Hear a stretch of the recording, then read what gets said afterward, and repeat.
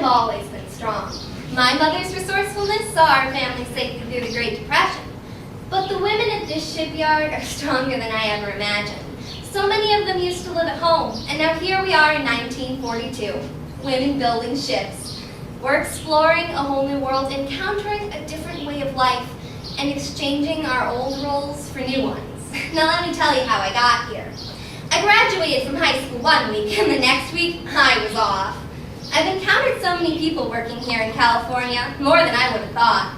That first day, I was worried that I wouldn't find a place to sleep at night. As it is, I share an apartment with 4 other girls. We sleep in shifts when the others are at work. As soon as I hop out of bed, Agnes hops right in. Now that I'm working as a welder, I'm proud to do my part and help bring our boys home. I'm a production soldier, serving my country, like my brother Frank, who's in the Army.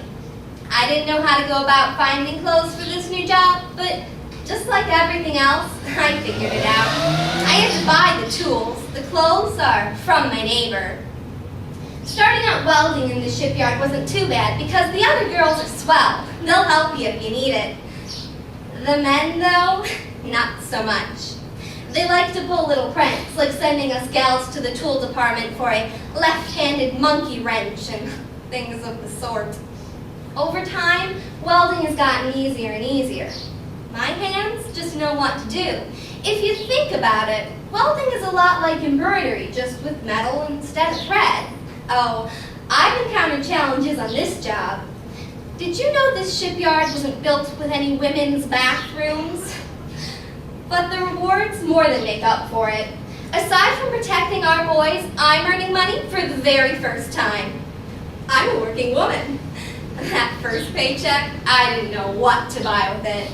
Of course, I bought war bonds with some, and with the rest, I bought the very last pair of stockings in the store. Thinking about it now, I can't even remember the last time I saw stockings for sale. Rationing. When I first ran off to come here to California, I was worried at how cross my parents would be, but boy, are they proud. They've shown my letters around to everyone else back home. When we were younger, my parents would give Frank $1 every Sunday to go to the general store, and I would get 25 cents. You can imagine how surprised my parents are that their daughter's making real money now. Speaking of Frank, I do miss him so. I got a letter from him the other day, though half the lines were blacked out. I used to sit at home and worry about him all day, but now that I'm working as a welder, I feel that I am helping to speed him on his way home. I hope that he'll be home soon. For now, I'll just have to wait for him to come home.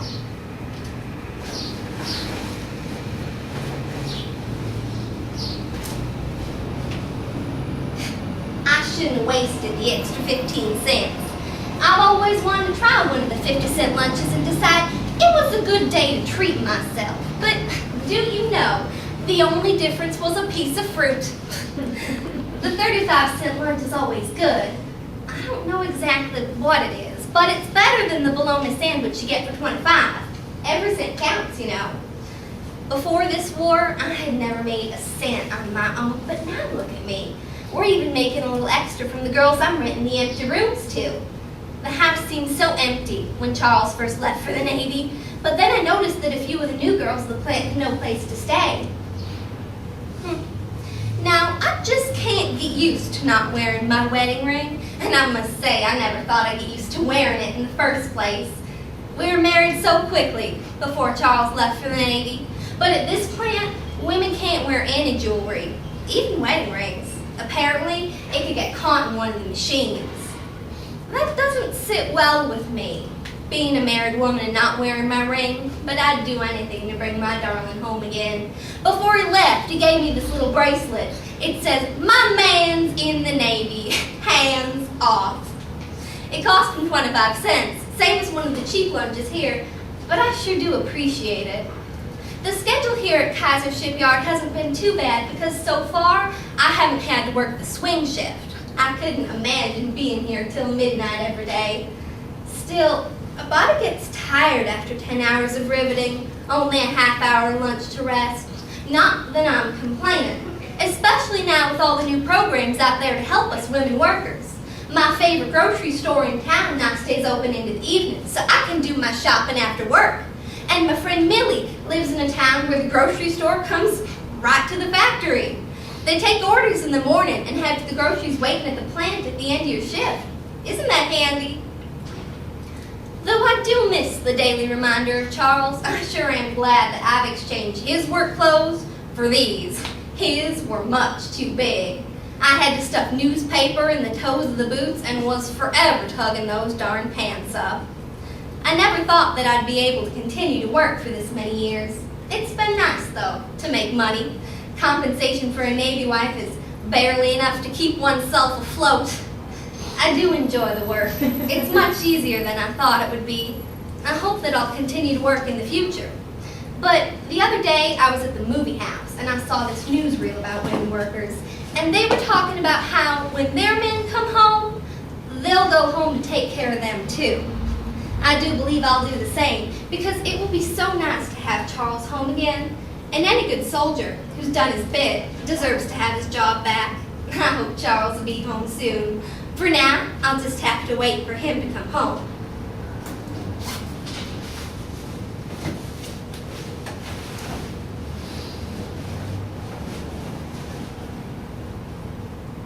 I'm proud that I did my part and that we were able to help our boys overseas.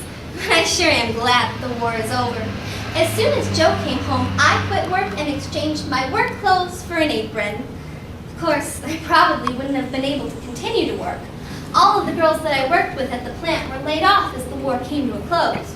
Now that we're not building guns and ships, the techniques used for wartime production are unnecessary. When I think about it now, I have no idea how I managed to work such long days at the plant during the war. Of course, I was willing to do it with Joe and my dear brother in the service. That one was hard, but I had no idea what work was to come. By the time I get the children dressed and fed breakfast, it seems as if half the day has flown by. Talk about time-consuming. I once spent an entire afternoon in line at the Woolworths in Oakland. Due to the wartime restrictions still being in place, I could only buy 12 diapers at a time, so I had to get back in line 5 more times just to get what I needed. Thinking back on the Depression and the war years, I am amazed at how accessible everything is now. Every week when Joe makes out the budget, I am excited to think of the things that I can buy. New stockings, leather shoes for the children, cake mixes, and I might even try out this new Lux detergent I read about in the magazine. But it is difficult for me to get to the supermarket on a regular basis as I don't know how to drive. When I walk to the store with one child on my hip and the other in the buggy, it takes ever so long. I do hope that Joe will teach me how to drive soon. My sister Martha worked with me at the plant during the war and was laid off at the same time everyone else was. She now works as a secretary. She's single. I don't know what we're going to do with her. She has this notion that she should continue to work, even after she gets married. Of course, her husband wouldn't allow that.